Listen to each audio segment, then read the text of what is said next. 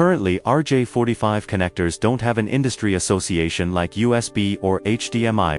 Right now, companies mainly follow the FCC standard, FCC Part 68, telecommunication terminal equipment when designing and developing products.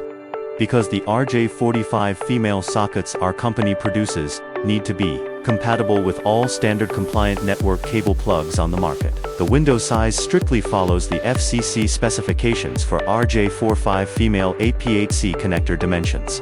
In terms of electrical design, the IEEE 802.3 standard specifies the wiring of the physical layer, electrical signals, and the media access control layer protocol.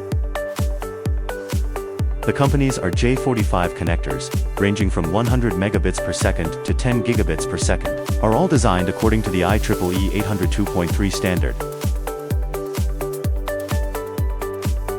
The product is made up of board-end terminals and contact terminals, combined with a plastic bracket, PCBA, transformer, and LED indicator light.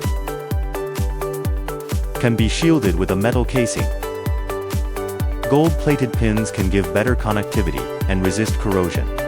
Gold plating can protect the pins from oxidation and contaminants, ensuring more reliable signal transmission.